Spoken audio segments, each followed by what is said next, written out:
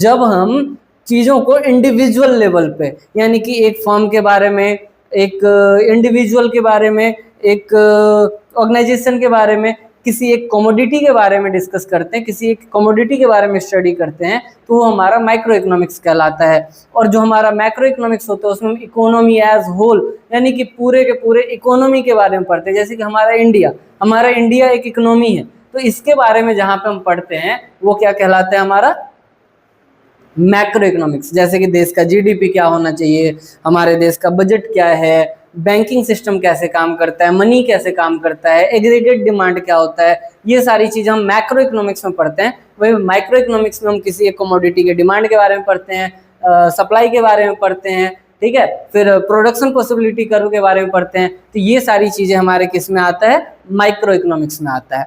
फिर हमने देखा था कि इकोनॉमिक्स के जो थियरी होते हैं वो कितने टाइप के होते हैं। तो इकोनॉमिक्स के थियरी दो टाइप के होते हैं, कौन कौन से, normative economics and positive economics. Normative economics क्या होता है, इसको हिंदी में बोला जाता है आदर्शात्मक अर्थशास्त्र, यानी कि यहाँ पे चीज़ों को हाइपोथेटिकली एक्सप्रेस किया जाता है। यहाँ पे लोगों का अपना ओपिनियन होता है, इकोनॉमिस्ट अपना ओपिनियन देते हैं। ये पूरी तरह से फिक्स नहीं होता है, इसमें कुछ ना कुछ अजम्पशन लेके चलते हैं हम, यानी कि other things being remain same, अन्य बातें समान रहने पर, यानी कि अन्य चीज़ें जब रोक देते हैं हम उसके बाद ही ये थियरी काम कर पाता है, इसीलिए इसको नॉर्मेटिव इकोनॉमिक्स बोला जाता है। वहीं पे जो हमारा पॉजिटिव इकोनॉमिक्स होता है, पॉजिटिव इकोनॉमिक्स क्या होता है, पूरी तरह से फैक्ट्स के ऊपर आधारित होता है, ये पूरी तरह से सच्चाई बातें होती है। तो यहाँ पे जो हमारा मैक्रो इकोनॉमिक्स है वो क्या होता है, पॉजिटिव इकोनॉमिक्स होता है, जहाँ पे हम देश के जीडीपी के बारे में पढ़ते हैं। जैसे समझो, अगर मैं तुम्हें ये बोलता हूँ कि मोदी जी एक अच्छे प्रधानमंत्री हैं, तुम बोलते हो नहीं नहीं मोदी जी अच्छे प्रधानमंत्री नहीं है,